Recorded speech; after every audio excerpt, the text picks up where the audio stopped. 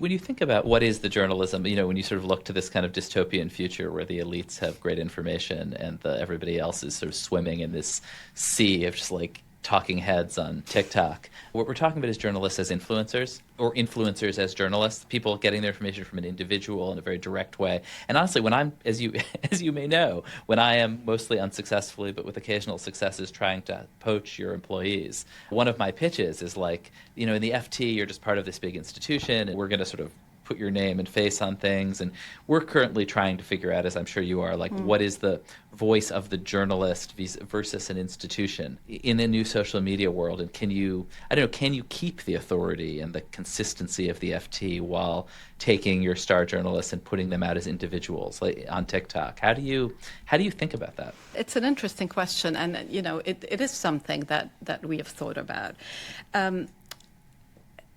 What I find interesting is at the FT, particularly, if you look particularly at our columnists, they have a very direct relationship with their readers.